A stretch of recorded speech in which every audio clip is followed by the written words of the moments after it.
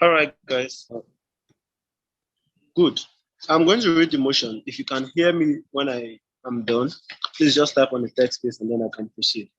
This house will ban ownership of football clubs from individuals and entities who come from countries with human rights violations. Was that very audible? Yes, Dad. Just a second. Okay, I'm starting in 3, 2, 1.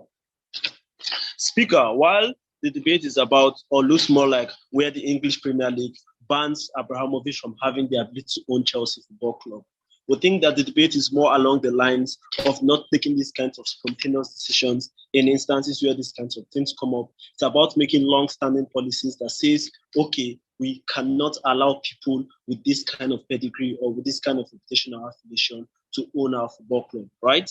But then we basically think that this debate is not about the ownership of any football club in the world, right? It's about, because we think that the people who can like make this sort of regulations are things like football leagues, or like football associations within the countries where these football clubs are placed in. So for the purposes of this debate, we think that this debate happens and the major actors in this debate are the English Football Federation. This is very important for 2 reasons. Firstly, because we don't think we can leave it in a vacuum and say all the clubs in the world. But secondly, we think that the English Football League is ideal for this kind of debate because firstly, they are arguably the largest club footballing franchise in the world, right? In terms of the amount of money that they have, in terms of the amount of viewership that they have, but more importantly, in terms of the amount of diversity that they have. But more importantly, what does it look like, right? What kinds of individuals are we talking about? We think that while the debate says human rights violations, the fiat that you have to understand is that this debate is more or less about human rights violations that are tied to the government of the day within the state, right? What this particularly means is that we're thinking about countries like, say Saudi Arabia or countries like Russia, for instance, where the basic policies upon which the economies of these states primarily thrive are these entrenched, human rights violations, things like mass killings, things like forced labor, or things like the disenfranchisement of citizens, the whole authoritarian systems that runs in places like Russia and what have you. It means that the individuals that are primarily being punished are people who have a direct connection to this government, and the source of their wealth is off of these exploitative government policies. Notice how, as a preemptive rebuttal to opening opposition and closing by default, this debate is not about any country that abuses human rights, right? Because we think that human rights violation exists, every country. But the thing is that in countries like Saudi Arabia and Russia, and possibly China by extension, these human rights violations are state-sponsored. It means that in places like America, while there is human rights violation, we cannot primarily link it to the institution of the state of the United States of America. It is about these kinds of oligarchs that have this direct relationship with these kinds of people, right? But then, why is this right? On legitimacy, understand that the English Football Federation is a product and an agency within the United Kingdom, within the British government. It means that to an extent where whatever actions that these persons take are things that are antithetical to the ideologies upon which this state and this league itself primarily built upon, then we should support them to do it, right? But then we think that even if there is an argumentation from opposition on how this is going to lead to a significant boost in the economies of these leagues and how it's going to help them make money, we think that it is the basic principle for every government to not want to enrich their economy against things that are antithetical to whatever principles they stand upon. But more importantly, it's about maintaining ideological consistency, because we think that these states are openly going to condemn the actions and the exploitative measures that people like Saudi Arabia and people like Russia are taking. It means that to an extent where you condemn them, going around to take their money because it's going to develop your league or make you better economically, something that it translates to ideological inconsistency that we think that is primarily unjustified. But then, while we are going to while this debate has primarily so far been about the ownership of an asset within these instances, I'm going to streamline it to football here. Understand that within football and within the English Premier League, it has a very large following. It has a very large diversity of followership. It means that there are people in the US of A, and people in Russia, people in Saudi Arabia that watch the Premier League and those kind of things. Why it is bad when you allow this is that these are people who have suffered from the disenfranchisement and the exploitative measures of this government that has reached these people. Allowing these people to do this is firstly an endorsement of the ways to which these players have gotten money, right? It means that people who watch these leagues, even when they watch it because they are always like likely like going to like enjoy this league, are still going to like possibly perceive it, and there's going to be like a significant decrement in the amount of support that they particularly get because people around the world are significantly like harmed by it. But then in principle, we think that it is unfair on the footballers, right? Because we think that because of the diverse nature of things like the Premier League, footballers are going to come from like some of these countries, Russian footballers, Saudi Arabian footballers, if they sabi play ball, and like footballers from like all parts of the world are going to be within these leagues. To an extent where people who usually like met significant harms upon them are people who are like sponsoring the football class and those kinds of things. We think that this is something that's inherently antithetical to the spirit of the sport and all of that. But more importantly, on how it helps competition. Manchester City, Paris Saint-Germain, Newcastle, all of the clubs that are of Chelsea Football Club, all of the clubs that spend so much money, they're overspenders, right? These are clubs that have links to these kinds of oligarchies or this kind of exploitative governments. It means that we can make a blanket statement and tell you that the people who always use money so much or extravagant in their spending within these football clubs are people who have gotten their money from ill-gotten means. But then there can be an explanation for that, possibly because it's easier for them to acquire wealth in these instances. What this does to the league is that it significantly like reduces the ability of teams that have owners who do not get money exploitatively from being able to compete favorably. It means that Man City is going to turn the Premier League to a farmers league because their Saudi sponsors do not really care about the economic implications of funding them with $1 billion. We think that this is bad because firstly, not only are you creating an overwhelming endorsement that the acquisition of funds to exploitative means is something that is justified, but more importantly, you are creating significant, harm on the league and the competitiveness of it. Because we think that the league is going to significantly become more competitive to an extent where people, do not inject a lot of ill-gotten money into it, because we think that people who overspend are initially people who get money through ill-gotten ways. But finally, we think that why it is important for us to make a policy that says we do this is that the league is going to be scapegoated in instances where, like Abramovich, they just bring a ban, because this ban is not, a policy that they have made that is within their rule book. People are going to come up with contrasting opinions and say, okay, they are selective in who they punish, they are scapegoating Abramovich, they are doing this and that. To an extent, this harms the reputation of the league in two ways, because it creates a narrative that the league is inherently not fair. To an extent where they had created a prior policy that says that at any point that we have, instances of these leaders trying to purchase or have ownership of clubs, we think that if they have gotten their money through these specific means, then we do not want them. In this instance, it means that they have a precedent of what policy they are following, right? It means that the kind of scapegoating that happens when there is a general backlash against the Premier League for being unfair, or scapegoating Abramovich, or hating Chelsea Football Club does not exist. Speaker, the debate at the end of the day is about whether there is a... Sure, proud to win. All right, guys, so I have to be sure that you're timing yourself on your end, or you are working with the time we have here. So if you're timing yourself, do let me know so that I won't stress myself switching, because I'm taking notes with my phone too, and I also have to be checking the timer. But if you are not, let me know so that I would also follow up here. House thanks Prime Minister for that speech. We now invite Leader of Opposition to start off the case for opening opposition.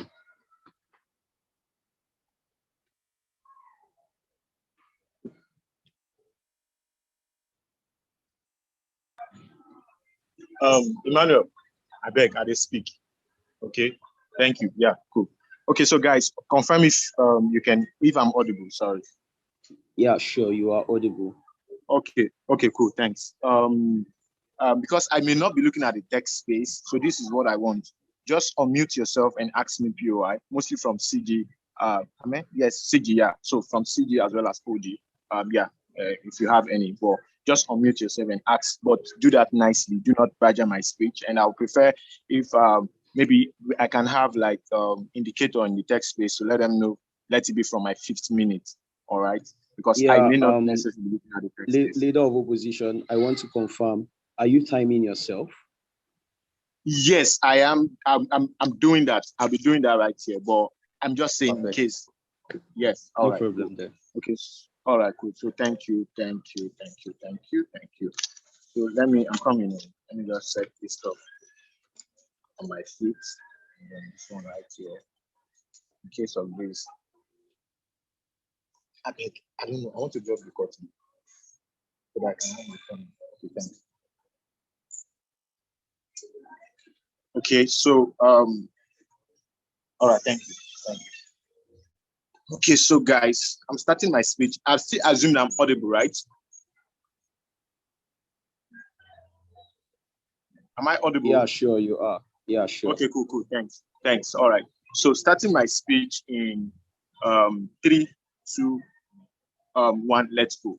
Panel, the comparative in this debate is something that OG tries to like squirrel in this debate, and I'm necessarily going to be doing that in like 10 seconds right now.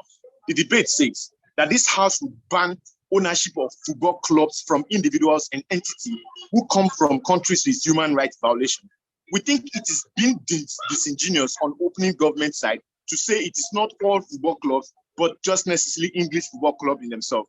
What my speech is going to be doing is that I will engage these two different faces. That is a world where it is all about football clubs as Infosite in themselves talked about, and then still engage the squirreling that happens in opening government world and show you why we still win them on those two different fronts, right? But then secondly, right, we think we also necessarily need to get the fact that their metrics for human violation is not necessarily about democracy versus autocracy in themselves. There are a couple of things that these guys left out of their speech, and I'm going to be showing you why these things is very, very important or crucial in this debate. But then before that, let's necessarily look at a couple of things in this debate, right? We think first that the idea of sport in themselves, hey guys, oh boy, oh God.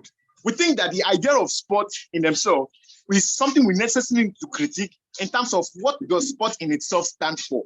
We think the idea of sport is something that is mostly premised within the principle of humanitarian free access for individuals to necessarily participate in sport, no matter how, and like in all capacities that they necessarily have within their whims and caprices. Individuals can like have that choice to play, individuals can have that choice to coach, individuals can have that choice to own these football clubs in themselves, right?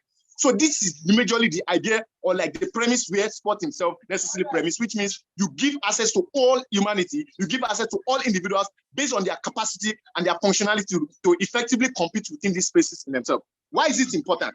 We think a world where you say you lay a ban on individuals because of their tie or probably because of their origin from nations that necessarily violate individuals. What you do primarily is that you cripple upon that particular ideology that these football clubs, I mean that sport in the vast majority of instances is mostly premised upon. It means in all this context, right, you necessarily weaponize EPL, like English Premier League, to be a political tool which can necessarily suppress freedom of individuals to have that unhindered access to football in the first instance. And then within the whole spectrum of the debate, it also means sport in itself now becomes very, very discriminatory into what individuals should necessarily participate in these things. On the longer run, we think what you primarily do is that you kill the incentive of individuals to necessarily have massive buy-ins and that popular and what's called participation to what sport in itself necessarily ought to be, right? But then there's another context to this debate, right? We think this debate ought to like necessarily critique like the culpability that necessarily exists in a world where you sort of want to do this. The biggest argument that opening government necessarily run, and I guess CJ want to run this, is because fighting this country via the ownership of football club will serve as a proxy weapon to necessarily get to those governments in the first place. I'm going to be showing you why this is on two different fronts. Why, first of all, it is counterintuitive to the principal argument that exists in both of our world, and then secondly, why it is counterproductive to the contention of individuals that necessarily want to engage in this debate. So let's start, panel. We think first that something is first of all legitimate for you to necessarily act at a point where the action is in conformity or is proportional to individuals that are directly culpable for this action in itself. Why is this important?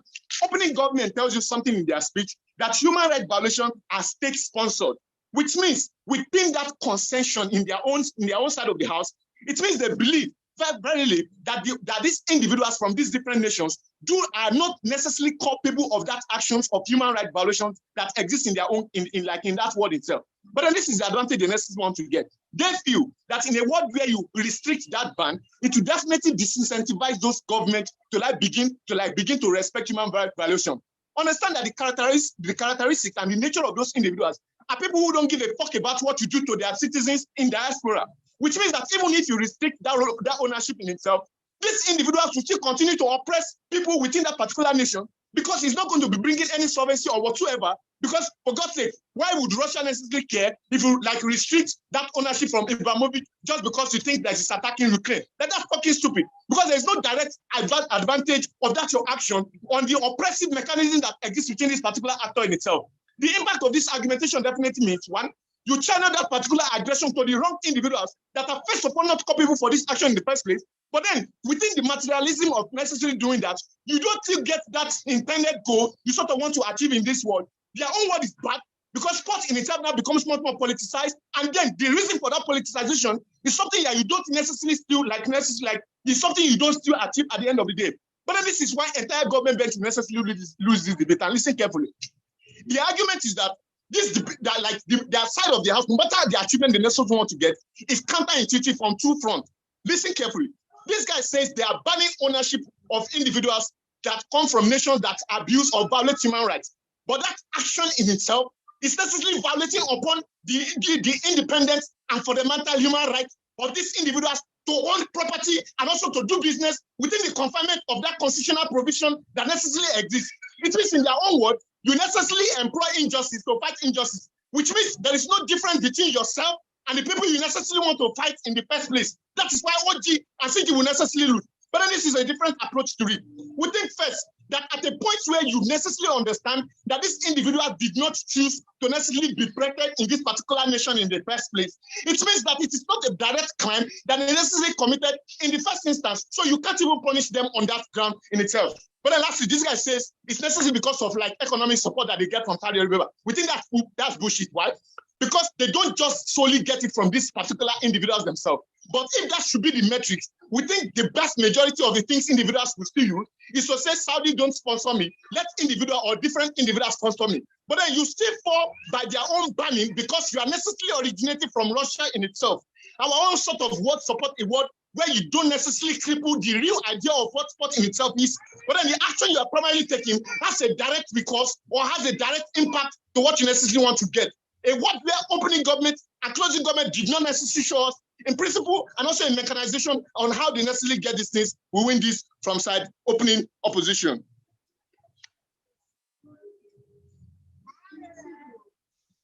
Okay, so lastly, I think I still have like 10 seconds here. What have you been able to get from my speech in entirety?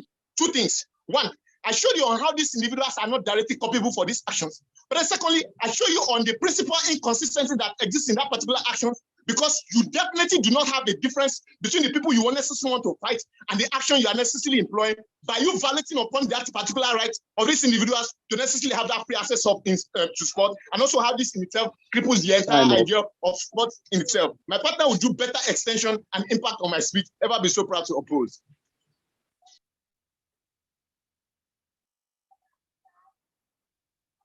All right, House thanks Leader of Opposition for that speech.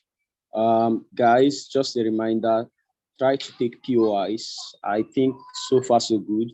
Speakers have not been taking POIs and it's going to make the debate a little bit messy. So POIs are important, just for a reminder for all other speakers. And also, if you watch on this more, the chat that has more, there's a place where it has raise hand. I think that's a valid way of taking POIs if you are going to be here. So in case you want them to ask a POI, they can just use that button of raising hand.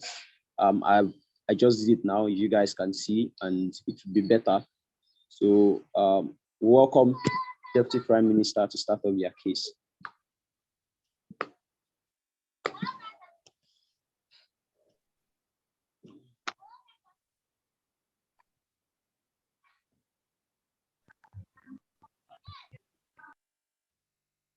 Okay, so guys, am I audible? Yeah, sure you are. All right, let me just set my own timer real quick. All right. Okay, so I begin my speech in. Oh yeah. Please ask your POI. You can unmute yourself and ask, but don't do that until it's past my 4th minute. So you can unmute and ask, but like that's after my 4th minute, please. Yeah, and I might take a POI when I feel like. So I'll just say POI from CEO or something like that. Yeah. So I begin my speech. Sorry, I want to confirm. Are you timing yourself? Yeah, I am. All right, no problem. Okay, I begin my speech in 3, 2, 1. So panel, the reason why this debate happens in like a liberal context is because if we were to have it like a general context, the debate gets really messy. I mean, you can't say that clubs in, for instance, Russia should prevent other, like the debate gets really messy. So it has to happen in a liberal context where we can explain to you like what these human violations or human rights violations look like. And we also set it in a fair context that everybody is familiar with, like the hub of football, like the hub of sports, which is like the English Premier League. And we think the actor in this debate is like the UK government in extension with like the English Premier League or the English FA. Like I think that's very understandable. So OO says we don't have a mechanization. I don't think that's difficult. All you just have to do is say, oh, you guys from this particular country, or you guys like you have human rights violations, do not like buy this club. I think that's very simple and very straightforward. So let's engage them. Like in most of my cases will engage them because they misconstrue a lot that Ray tells you, right? They say this is discriminatory. They say this is actually antithetical to the idea of human rights. And they do a lot of preemptive or probably CG. Because we from our side, we don't argue deterrence at all. We don't think it's possible for you to probably even change these people and to change them to become better human beings, right? What we say is this. There's a reason why sanctions happen. Sanctions happen often because of deterrence, but also because of virtual signaling, which we can achieve with this policy on our side. To say that we do not condone what you guys are doing, like even if we don't achieve deterrence, like we don't give a shit about that, right? What we say is we send a message to our citizens or to followers of this particular sport that we as a government, we that stand for liberal ideas, do not condone this kind of violations, right? And it's something you need to understand, like what do these violations look like and how do these people, even entities and individuals, get money from these kind of violations? So it looks like Russia, for instance, probably poisoning like opponents or poisoning political opponents or people that oppose them so that they would consolidate power, so that people close to Putin can make more money. It looks like things like Saudi Arabia killing journalists, people that want to expose like favoritism with the government. It looks like them killing gay people, beheading certain people like publicly. So we don't think we want to condone that. What happens on our side is we're able to send that virtue signaling that we do not condone this kind of like violence, this kind of death that is happening within your country, especially when people close to the government or people within that state that are probably billionaires or rich people benefit from these kind of like harms that accrue to those people. Like that's open opposition does is silly preemptive. They don't engage that basically, right? What do we say from outside of the house? I'm just going to explain a couple things, and most of my speech will even still respond to them. So firstly, why it is important to reflect this kind of ideologies we stand for? Firstly, as a state, right, we think that as a state, it's very silly for our international policy or our international relations to reflect like antithetical behavior towards the states where we actually probably sanction them or we actually condemn their actions, or internally we accept their money and we say, okay, come in and invest. We don't think it makes sense. We think we have to send like that message that we are consistent ideologically and not necessarily like biased in terms of trying to get your money but actually opposing you out there. But as a sport, like this in response to the argument of human rights, we think it makes no sense that we have like Pride Month, we condemn like racist behavior and all those particular things, but yet we stand and we get money from people who kill like gay people or people who kill people because of their religion. We don't think it makes any sense and it's not necessarily consistent with what we believe in. Before I move on, I'll take you. See you. Right. So the fact that you want to be principally consistent does not just justify anything at all, right? Why should, in specifically about sport, especially when there's a sanitization of the institution and the money that enters, you necessarily need to do this just to make a statement? So how is that any valuable to the actor? Yeah, the statement is very necessary because we have like this is what Ray explains to you, right? We don't want a situation like where people make this kind of call out all the time, and it looks like, oh, it's because of the pressure on the government that we're banning these people. But we want it to be like a precedent, right? But secondly, we don't want to also be complicit in the kind of harms that occur in those countries, because if you're getting money from the harms that these particular people have caused to others, then in a sense you're complicit in that kind of suffering, because of course the economy is benefiting from the harms caused like somewhere else. Like that's basic sense, right? So just to come to the money. Another thing that happens most times is that like the government already probably sanctioned those countries, is that most times certain people use this opportunity to like evade, to use these countries as sanction havens where they can evade sanctions and then they can channel the money into like other investment. Like this happens a lot. Like people use America as sanction havens where, yeah, their country is sanctioned or they're likely to be sanctioned, but then they have like investments somewhere else. We think that this is actually problematic. And also very primarily, like even if you don't buy the argument, one thing we want to prevent is the kind of relevance that these people get. Because they may argue that, oh, football fans don't care about this, they just want to win. The problem here is that you give this kind of leaders or you give this kind of people, entities within those human rights, like violating countries, the economic relevance, because you can now make people are not willing to critique them again. Because let's say Man City is winning, oh, everybody celebrates the leader as this great guy. Nobody's willing to critique the kind of things that they do or the kind of things that they're complicit in any longer because they have this relevance, they have this economic relevance and this relevance in like the world, right? We're not willing to give them relevance because we want to be able to critique them when we need to, right? Another reason why you may not necessarily be able to critique them is because of the fact that you're complicit, like I said earlier, but because of the fact that you're also making money from these kind of people. So when it gets worse on your side, and this is what we're trying to prevent, like we would rather have probably banned Ibrahimovic before now, right? So when it gets worse on your side, people then begin to look at you when you then act proactively, like some sort of like some sort of person responding to pressure or someone who didn't act quickly. We want to remove that complicitness. We want to ensure that people are able to critique them and not give them that relevance.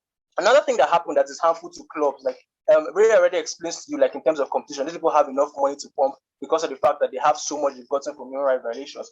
But one thing that happens is that you give them control over like clubs, you give them control over mostly like how they properly like influence the economy. Why is this problematic? Especially for fan base, because fans, like I said, they may not care, like they would argue. But the thing is, you leave some fans with this certain cognitive dissonance. Like, do I prioritize my happiness seeing Man City win? Or do I prioritize the fact that these people are probably killing a couple of kids somewhere or like gay people? You leave them with that cognitive dissonance where they have to pick those things. And we think we would rather have them be able to like have a clear conscience, be able to enjoy the sport than to always be worrying about this thing, or journalists always making this a big deal every time, making Man City fans probably feel guilty and all those kind of things. We think that is harmful. But we think futuristically, like we would rather have a sport where we don't have this kind of distractions all the time. We'd rather have a sport where we know that they invest us to some degree, because they may want to argue human violations exist anyway. Like that's already framed out by race speech. To some degree, we are not complicit in the kind of terrible harms that exist in other countries, like the kind of killings that happen, the kind of like violence that we tend to see on our screens every day. We don't want to be complicit in that. Primarily, you need to understand that despite the fact that the sports may be like free for all, like O argues, it has to come a point where we take a stance, and we do that now very, very to propose. You know.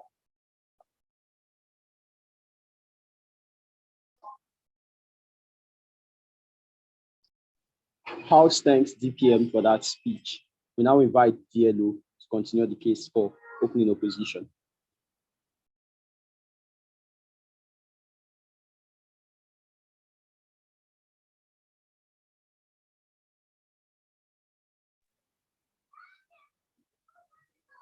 DLO.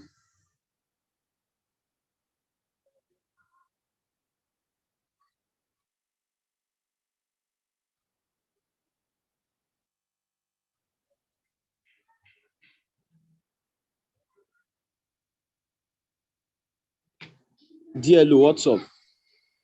Ferguson, are you here?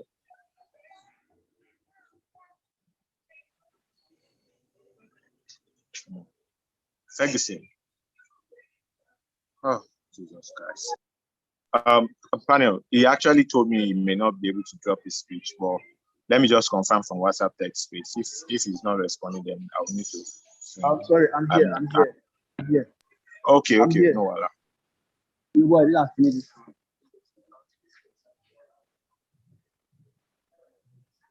Yeah, so we just had a push. We just had a motion. We are prepping. We just had a motion. Okay. I'm prepping. Okay. Do you want me to iron or what? No, don't worry. I can give the speech. Okay. I can give the speech. So, Panel, can you hear me? Yeah, I can hear you. Very loud and clear, right? Yes. So if you have a POI, you may as well drop it in the text, please. I'm actually going to get it answered, right? And don't unmute to say POI. Like I'll still engage you on that. So in 3, 2, One, the biggest problem of opening government is that they relegate the definition of human rights abuses or what human rights should actually look like to just liberal people. That is not what football actually really does. I'm sorry. Can you guys hear me? Yeah, proceed. Sorry, like before I proceed, I want my time to be indicated in the text please, because I'm not timing myself. So like if I get to 1 minute, 2 minutes, 3 minutes, 4 minutes, 5 minutes. Yeah, sure. I'm going to indicate your first. I'm going to indicate your first 6 and 7 minutes. I just did some seconds. No problem. I'm just asking if you don't mind indicating like 1, 2, 3, so that I know like when to pick my POI.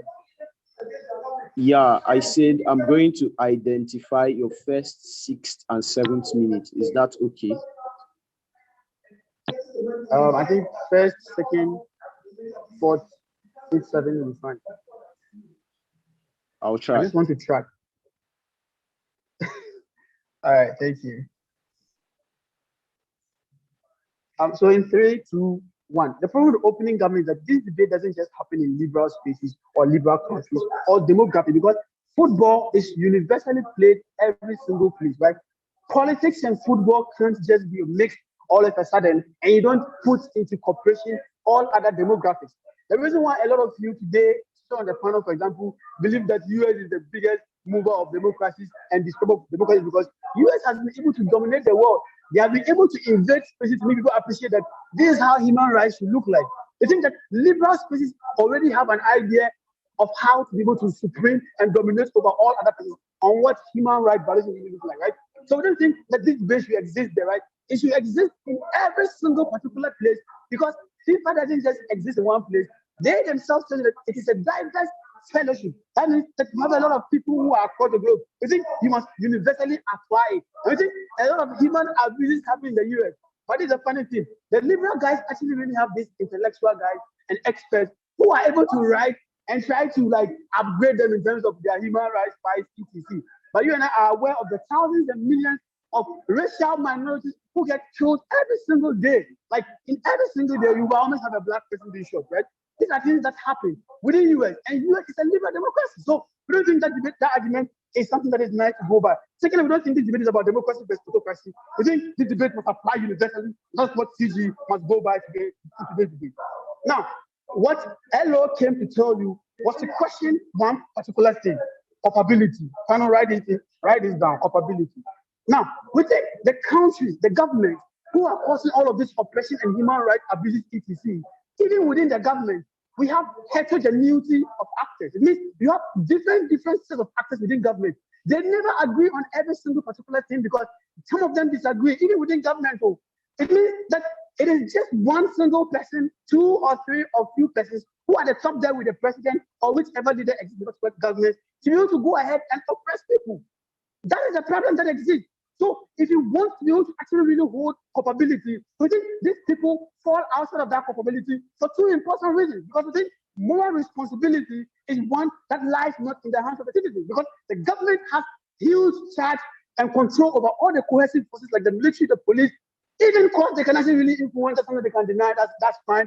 But they can be able to cohesively influence every single particular thing and get any policy go through. It means they're the ones who are in charge of all of these processes and conditions. That means moral responsibility lies with them because of 2 reasons. Number one, because they are the ones who are in control of the affairs, etc. Secondly, they are the ones who benefit from, because then if you're able to oppress people, you can be able to dominate and keep on winning elections unfairly, etc. Right? That means that they're the ones who must be held accountable. So it means these guys are not targeting the right guys, because the guys who can't control, they fall under social responsibility. These are people who can't be able to control the factors of state machinery, etc. That means the very important reason is, number one, that they can never on any day be able to use police force to subdue anybody oppressing people's human rights, etc. Number two, it means on any day, they are faultless, right? So you must just let them go. Probability within the OG falls in that particular regard. I'm OG, shoot your POI. OG, be quick. Okay. Sorry. So this debate cannot happen. Come on now. This debate cannot happen everywhere because there's almost forget. So get off the mic, young man. Get off the mic, my friend. So listen, why does capability of the state doesn't translate to capability of all individuals? because the incentive of the state to be able to take its actions are always to present itself. For example, a government wants to ensure that in the next election, they have the sort of like viability and ability to win elections. That is what happens. We don't think that government always have the interest of the citizens in play. So we think for Nigeria, which has 300 million people existing, we don't think Buhari and instead the two minority governments who are responsible for the oppression of human rights abuse, etc., must translate into all of the other millions of Nigerians who have no idea who fall under force of the. We think they lose on that, right? Secondly, we think that they undermine the principle of sport, which LO actually really shows us that LO has told you how sport is supposed to be really, really inclusive and be able to promote the ability of people to participate in it. The fact that I've showed you capability, I've showed you how they are unable to solve any fucking thing, is a decision taken in fields, right? So sport exists for the excitement and ability of people to temporarily be able to evade the daily polarities and politics that oppresses them. So when people go to the stadiums, for example, they go there because they are so fed up, they want to have some excitement, etc. That excitement is promoted by people who can be able to have the money to sponsor this particular club, people who are going to attract the appropriate amount of cooperation between bigger brands, etc., and be able to pick in the best possible kind of players and talent. Listen, about 80% of ownership in clubs in EPL are to foreigners. Like, if we leave club ownership to just like indigenous of countries and try to violate all of these things, we don't think that the money is much more sustainable work. It means that we take care of mental health, but secondly, the special movement that fans are able to get with their families and children, etc., when they go to the stadium, that special movement is still able to be maintained for 2 reasons. Because then we ensure there's more bigger pool of sponsorship and liquidity to support clubs. But also we think that the award is very, very costly for smaller clubs because we think bigger clubs are more likely to still get scholarship because then the pool of scholarship is actually going to really like reduce, right? That means you have bigger clubs with already established reputation being able to drag this guy. Smaller clubs are always going to struggle. Why is this problematic? Because then competition is reduced literally in every football sphere, etc. But most importantly, OG has not been able to sustain this group because they don't even tell you who this house is. We assume that it is FIFA, right? Let's go ahead with FIFA and all of those FIFA. This particular impact means that smaller clubs increasingly will not be able to compete in most jurisdictions where they don't already have a reputation like winning Champions League, etc., and local leagues, right? It means it happens once in a blue moon that you get them actually really get to have sponsorship, right? In our world, on the comparative, where we say that there's no capability, it means you have more sponsorship of people who will already exist within the pool, no reduction, and reputation and legacy don't serve as a reason why you get to become more relevant going forward into the future, right? What does OO show you in today's debate? Number one, we show you how the universality of sport is something you must respect. Number two, we show you that sport is one that defends justice, right? Sport defends justice. That includes that individuals are not culpable. Sport must give them the leeway to participate and promote sport, right? But secondly, most importantly, opening government doesn't give you any solution they want to solve.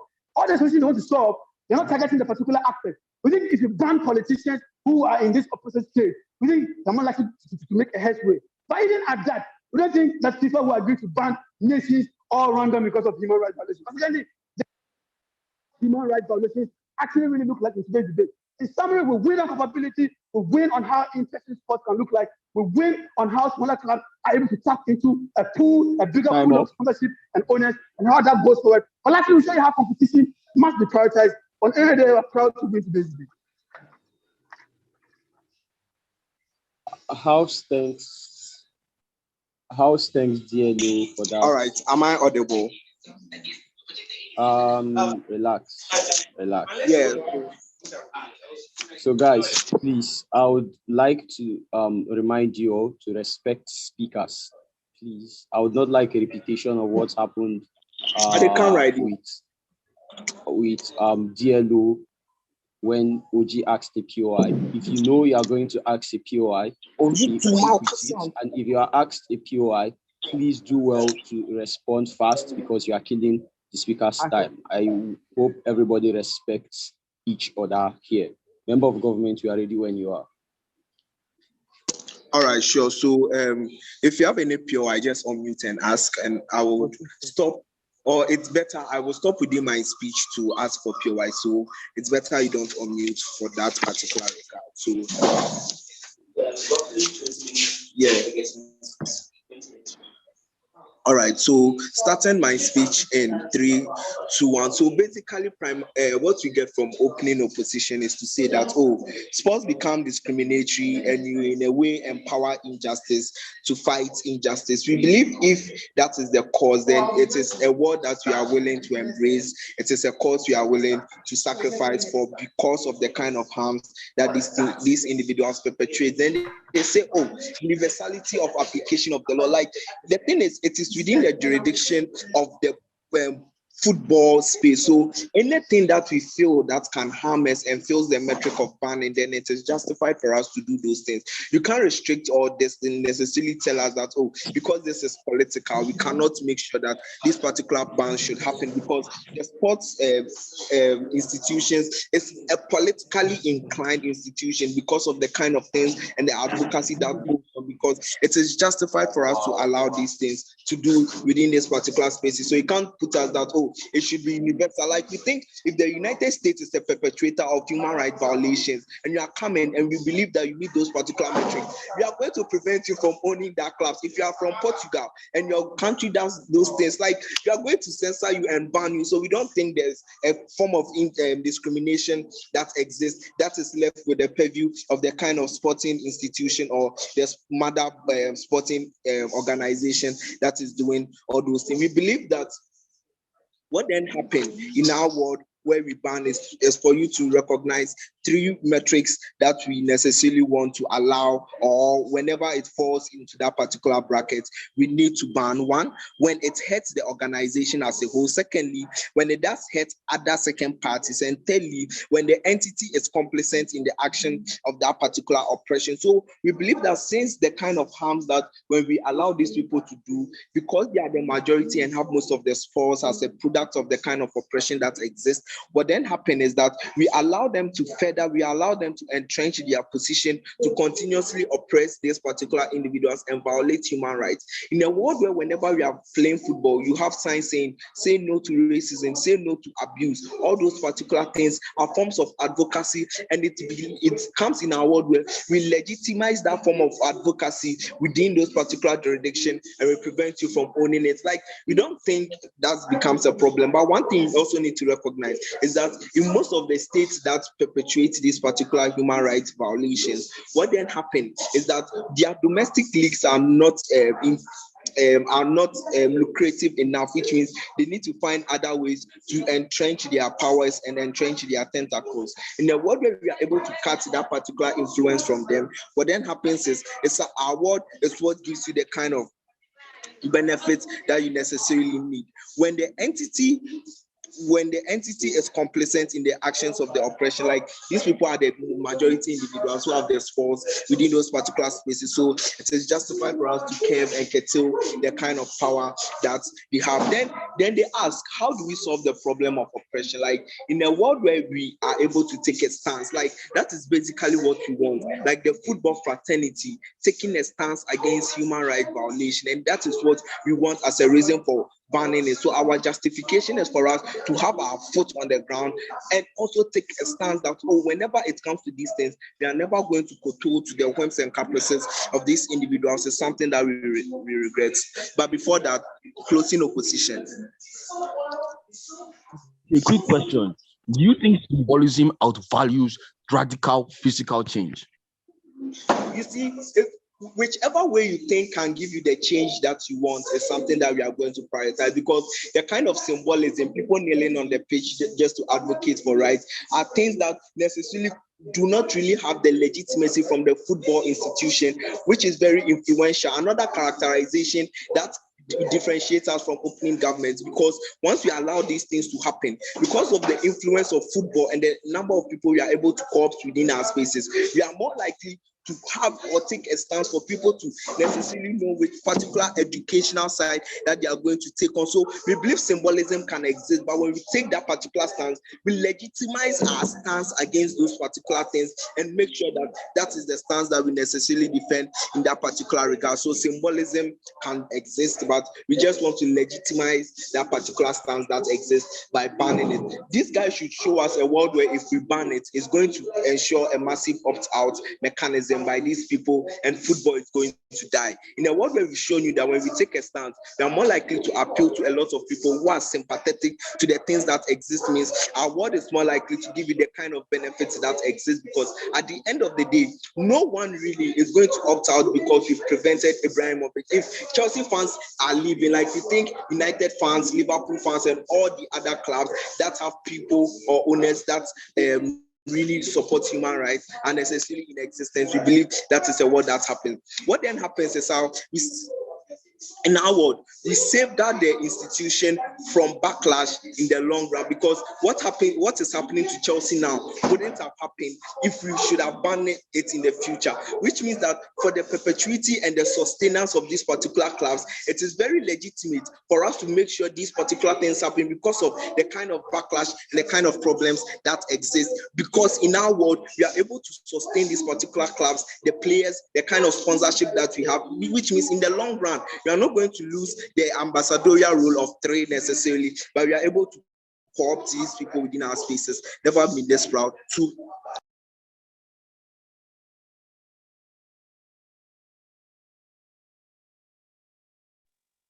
Ouch. All right. House thanks the member of government for that speech. We now welcome member of opposition to start up their case.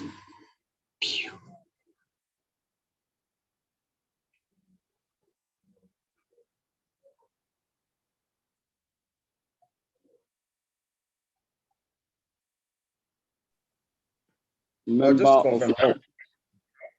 Oh, am I audible? Yes, you are now.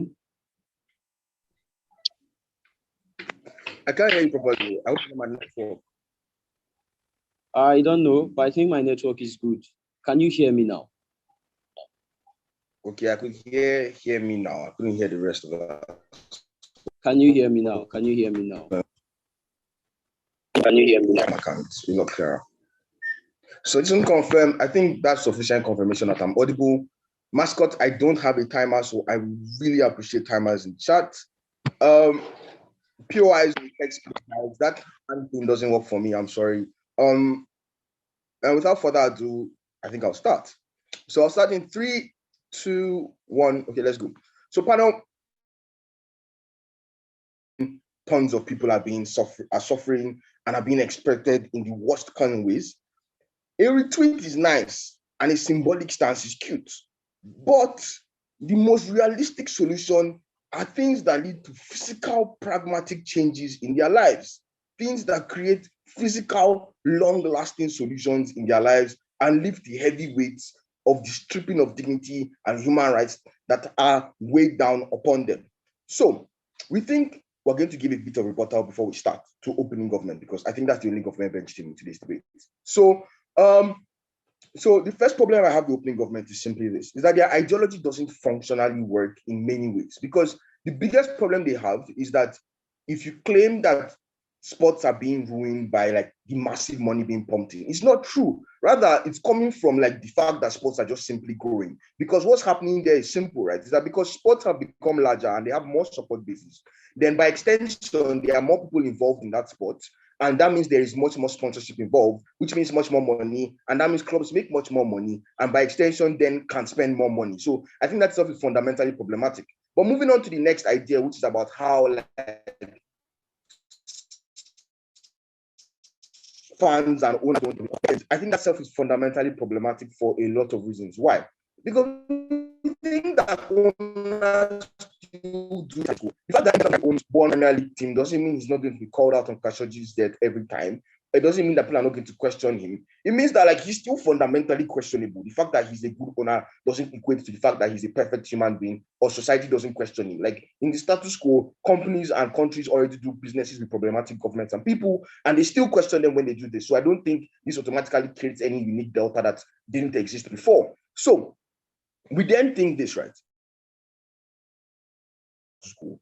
And I think our extension is fairly straightforward, is that we create solvency to that problem by creating a better world for oppressed minorities and demographics that live within those areas, the people that have human rights stripped of them. Why are they the most important actors in today's debate? One, because they're the only people that experience genuine physical harm right? So that means like they get bullied, they get mental harm, they still get beaten down, they get maltreated, in some societies shot at and treated worse than slaves. But even worse off is that they exist in societies where like they are the most vulnerable actors. So that means that any other harm that happens in today's debate is significantly less in compared to the harm of getting your human rights stripped from. Even the dichotomy of wondering whether or not your owner is a good guy or a bad guy and how you should react to that is still significantly less than having a world where human beings consistently suffer. So if we're able to alleviate that suffering, that is the most important thing in today's debate. We're going to show you how we're able to do that. We do that with three mechanisms. One is that because the owners get held to higher standards. Second of all, we have easier ways to control them. Third of all is the spread of narratives and ideologies. Why are owners held to higher standards? Because it's simple, right?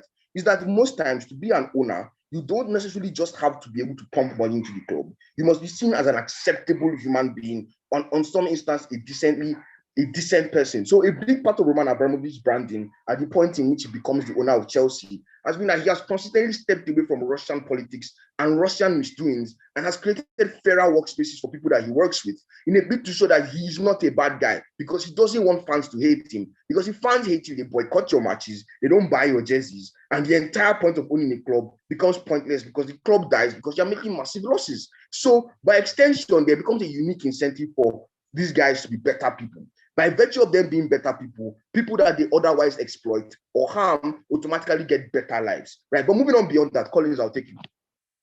Collins. Okay, so panel up places like a very huge burden on God. First of all, like these debates cannot happen just anywhere because everybody can analyze that almost every country has a certain degree of human violations. But secondly, the money that Abramovich made came from these kind of things, and it's not true he stepped out of politics. How do you engage that economic like relevance or the fact that the money he makes come from like illicit things? Engage. Okay, so very clear terms. One, he stopped being a governor, which is where he made a lot of his money. Second of all, he made his oil deals a lot fairer and a lot more transparent in a bid to make himself more seen as a good president, as a good owner, and primarily also opening up a foundation using Chelsea to consistently fund people that are suffering across like the world, right? So that itself is unique benefits of stuff that he wouldn't have done if he never owned Chelsea. But the comparative that needs to be understood here is, second of all, is that when they invest $2 billion or £2 billion worth of cash because they want to buy clubs into your country, you then have something that you can hold against them as a country, right?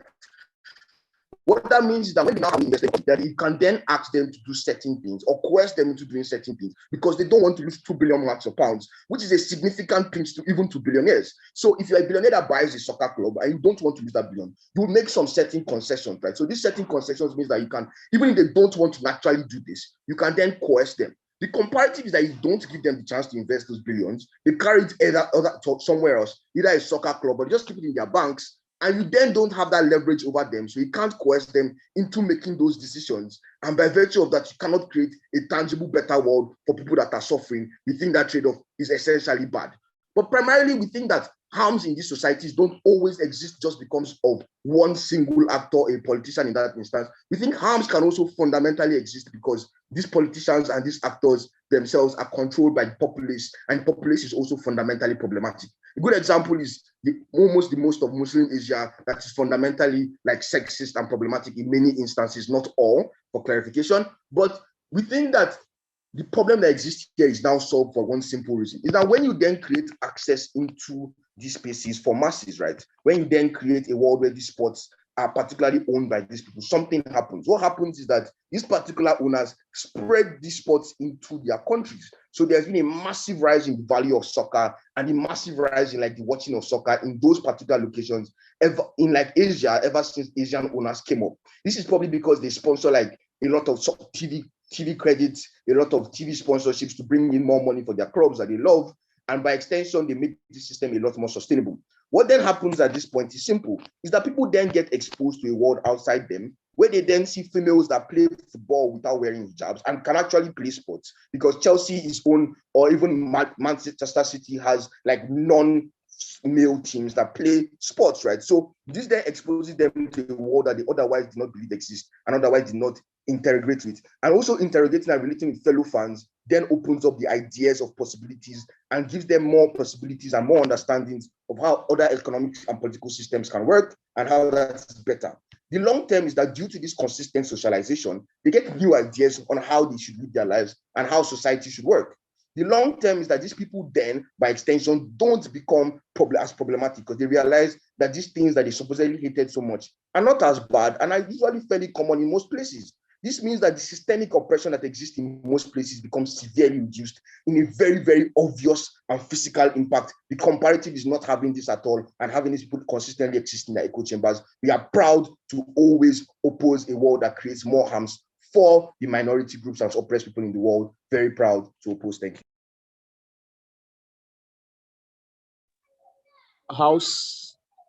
House thanks member of opposition for that speech. We now invite government whip to wrap up the case for government bench. Hello, am I audible? Can you hear me? Yeah, just give me a minute. Let me set my notes.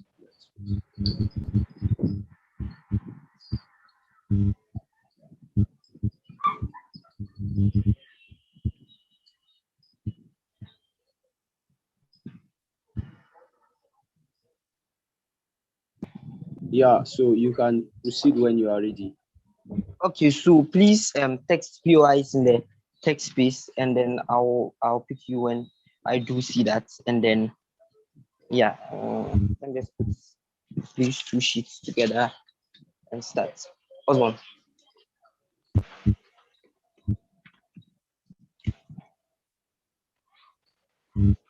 Okay.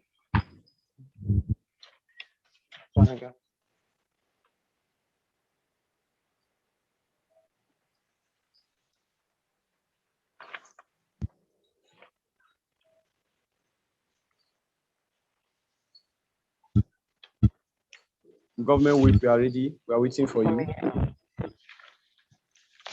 Okay. So I'll start in 3, 2, 1.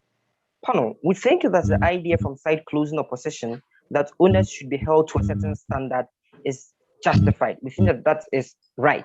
The idea that they should show that they are good guys is justified. We agree to that.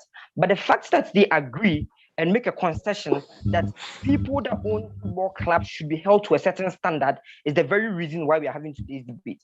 We say that increase the standard, make people that are from these countries the newish, make them the ones that are claimed to be in a certain light, as our opening would like to claim it, culpable. It's not an increase in standard, it's not such a very bad thing. But secondly, we think that you incentivize these capitalists to merely look good, even if they are not.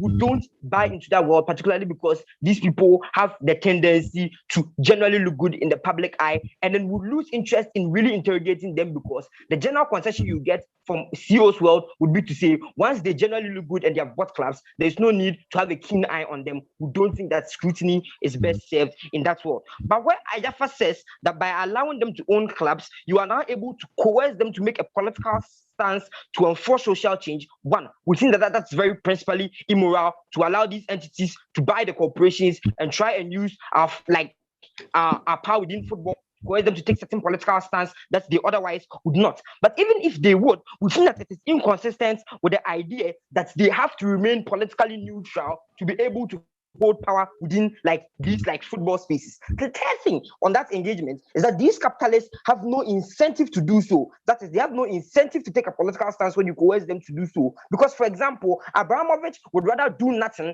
than be on Putin's blacklist. We think that the fact that their state and their home nations has a high power and control over their action and inaction means that there is no incentive for them to challenge their states, even necessarily when they want to. The idea that you create exposure when you allow this simply does not happen, and I'll show you why at the end of my speech. Panel, SirLord says that you water down political advocacy through football when you allow these owners to be the symbol of the teams themselves. That means that in extension, there's certain new way of football. And realize that football has evolved from simply being a game of sport to being a game of politics and changing lives. Realize that FIFA's new goals, for instance, are zero tolerance for racism and a certain level of zero tolerance for human abuse. We think that there needs to be a certain level of consistency where anything goes to water down that level of political advocacy that football has, whether it be a local league, like our opinion would have it, or in a general like concession of football, like we would place it from side closing government.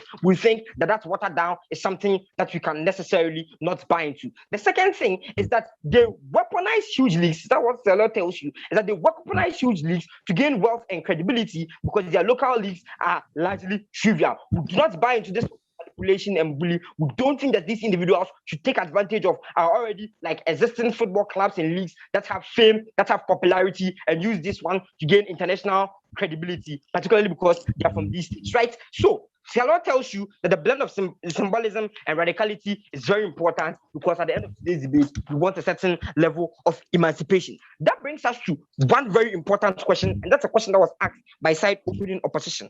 Opening opposition does three things. They say one, that there's no culpability on these individuals. They say two, that it's inconsistent with the goals of football. And they say three, it is bad for competition within football spaces. The first thing is that you must recognize there are always billions of investors that are willing to invest in football. The idea that football must always be dominated by Arabs or by Russians or by rich Chinese is something that must be broken down. We think that if we do not give these people the chance to own clubs, there are still going to be billions of people who would opt into the football world, like regardless. We don't think that football will be crippled. We necessarily do not agree to that, but we think that this even creates a chance for like more people to be invested in football, particularly when they know that they are not going to be affiliated with such people who want necessarily that world. But then the second argument is on the nature of football and how that is inconsistent with the idea of football is because football is about anyone that will push more money into the game to make it more fun. We don't buy into that. Why? Because we think that there's a blend of political wars with football matches.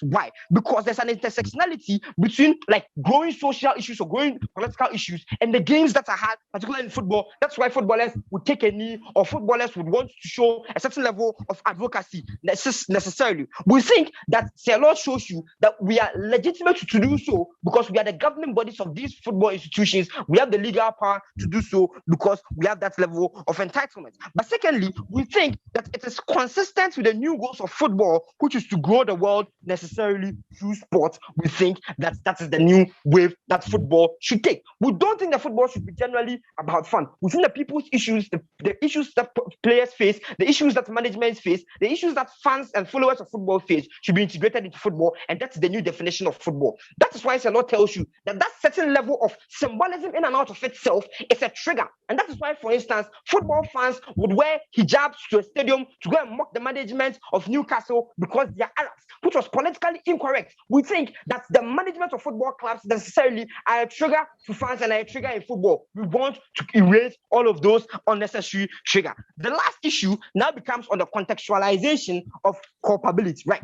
Panel, notice that the countries within which these large-scale human rights abuses happen are states that are either largely communistic, like China or Russia, or mostly very autocratic. It means that these states are not commonly, I don't say that they may not be, but they are not commonly very democratic.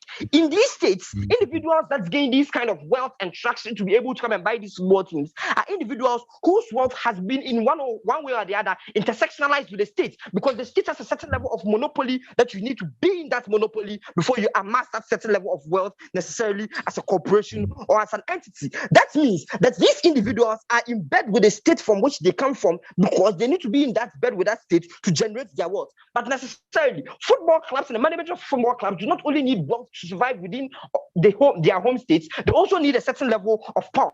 That certain level of power comes with affiliation with their mother state. Recognize that we do not buy into the idea that opposition preaches that these acts of human violence are done by, like Ferguson says, maybe the president and two people within his management. We think that these systems are so corrupt that police officers, mayors, anyone on ground is part. We think that a certain level of intersectionality brings a certain level of like culpability. But secondly, we think from side closing governments that the level of intersectionality and culpability, even if it is indirect, it is something that is necessary that we need to curtail, and we have the right necessarily to do so. We think that these guys, in a bid to remain at the top and not like be in the bad books of their states, will tend to be politically neutral and rather not comment on any of like these actions that are done within their states. We think that because these guys, like from CEO's world, would want to be buy up these things. We think they will be political neutral. We think that the morality of allowing is immorality in it. Time up. We have the right to do so and do not change status quo. House thanks government whip for that. We now invite opposition whip to wrap up what has been a great debate. Am I audible? Yeah, sure you are. I want to know if everyone can hear this. I can hear. I think I'm the only one that matters, my panelist. Yeah, so my timer is going to be ringing time notification, so everyone would know when it's 1 minute, 7 minutes or so. So yeah, then I'll take PR from OG. Thank God I've started taking POs every time, so I'm sure I will not miss it.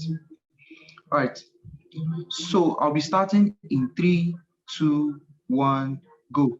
Panel, the word that closing government preach for is at best very selfish and dumb, right? The reason why we say this is because being from a country is something that you can be from birth. That is to say, if you're born within a country, these are circumstances beyond your control, which means in a world where you ban them, it is not like it's going to motivate them to want to change their nationality or suddenly pull out all their investments from that country and transfer it. We think that that extreme burden cannot exist because of the incentives of wanting to own a club. What that means is that you completely shut them out. What you achieve with this is nothing, because the minorities who still suffer in those worlds will still get to suffer, and they'll still suffer all sorts of abuse and violence. So I don't really get the principal claim here. If your idea is that you want to make a statement to help individuals, right, then you achieve nothing, because the incentives to change do not exist because they do not have access into your communities in the first instances, right? The question they needed to do is to mechanize the idea of how that principal statement of saying we don't want any involvement with you because you come from a bad country is going to make any significant impact, unless they say that there is a grand utility in this mere political statement existing, which was OG's idea,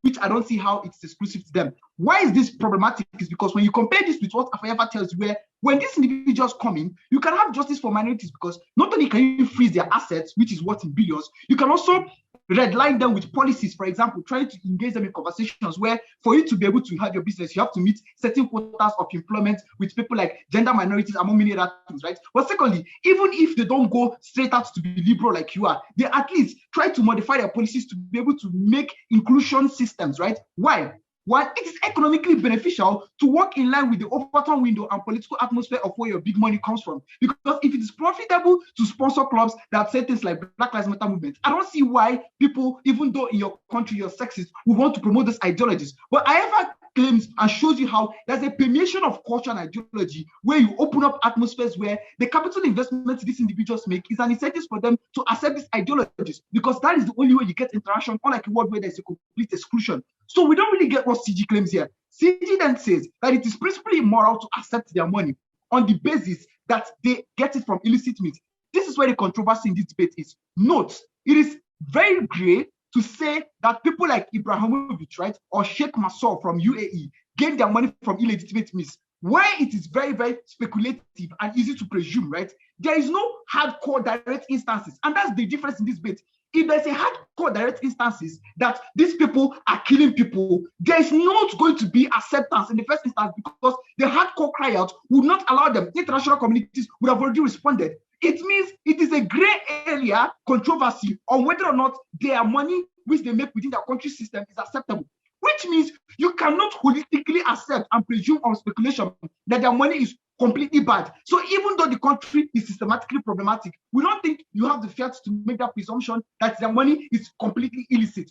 We think that you could run legitimate businesses in problematic countries and benefit from toxic countries. Those things are problems of the country system and not necessarily the problem of those businesses in the first instance. This is not to say that that gives them the free hand, or we say, okay, it's justifiable. But what it shows you is that there's a gray area that we better whiten in our world. But they will claim that that whitewashing is bad. But we've showed you how that whitewashing gives significant real impact, because it actually systematically places those companies or countries or individuals on places where they have to use their money for some good. The comparative you need to weigh up is that our world is not perfect, but it is at least better than their world, where 100% of their money is targeted towards oppressing these individuals, because without the alternative of making billions of dollars a year from Chelsea, these individuals would struggle on more economic ways to oppress individuals within their country, because that is the only way they're limited, right? So if they cannot expand outwards, their capital will then correlate in those countries, creating more toxic and bad systems in those areas. I don't know what kind of competition these guys wanted to create from their own. We don't think they win that debate. Let's take that OG, which is the more relevant government-based team.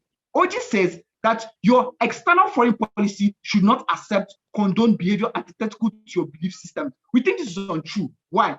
If it was true, United States would not trade with Saudi Arabia, because Saudi Arabia as a country systematically oppresses individuals and practices sexism and many other patriarchal norms and many other oppressive things like beheading people publicly. But the reason why United States still trades with Saudi Arabia is because it systematically accepts and recognizes the value of engagement and political discourse, which is the only way when United States wants to sanction Saudi Arabia or make comments about them killing Jamal Khashoggi, who was a journalist that was killed by Saudi government. It can work because there's a relevance of opinion and there's a reasonable, respectable ideology that they understand and accept your opinion, or at least have to listen to you. A world where Saudi Arabia is another country like Russia, they will less likely care because the polarization of opinions and beliefs will not allow for any sort of interrogation to exist in the first instances, right? So the political statement you claim to make instead of being consistent is tokenistic and tribal and completely stupid because it does nothing to establish any sort of relation that can create balance of power, be able to establish change in other communities. They would say, what you say, oh, it is not our body to create change in our communities, but our body to make sure that our communities are consistent. Big question, how do they funding clubs change your communities? Do they bring their toxic ideologies to communities? Realistically, we say this is no, because political criticisms and political statements is like a diffusional element, which means it moves from an area of higher concentration to an area of lower concentration. That is the reason why liberal ideologies spread faster than conservative ideologies like sexism, toxism, etc. I'll take OG before this minute. Colin, shoot. Okay, so oftentimes when these human rights violations, they can't hear me, when these human rights violations get worse, these people still get banned, like Ibrahimovic. Why is it better for us to take that precedence than to wait these kind of instances where these people will still suffer? That's the thing. In your world, right, they are not existing at all because you've banned them, which means whenever any excessive human rights violation occurs, you don't have any leverage or power to do anything. You do not have resources you can freeze. You do not have assets you can control. You do not have individual policies that you can use to influence them because they're not politically or economically involved with you. We think that the symbiosis, right, that is created when actors from communities that were problematic bring their money is one that can allow for a diffusion of interest. How does that diffusion of interest exist? The fact that Russia still supplies majority of the oil and gas and natural gases to Europe is the reason why political conversations on diplomatic lines still likely would happen because they understand the need of both each other in terms of economics, right? Without that existence, we can see how much escalation that could exist within that conflict. Impact of this is this. If Saudi Arabia or countries like UAE will continuously oppress individuals, we don't have any call-out option or call-out mechanism because in your world, the call-out mechanism and backlash inspire systemic change because in the instances where, for example, UAE owner does things like kill employees or shoot people that protested, right? First are going to backlash, forcing the governmental systems to ask these corporations to take a stance, and those people would have to respond because their capital investment, which capital as they are, interest them to motivate them to want to make changes. Impact of this is this basis. If you want realistic impact, you choose to debate to be on the side. There's nothing epistemically valuable about making mere political statement. That's stupid. All right. House thanks opposition whip for that. This brings us to the end of this debate. So, guys, rankings and OA would be on Discord. I will communicate to you in due course, in due time. Panelists, let's move to, okay, guys, you can exit so that I and my panelists will deliberate here.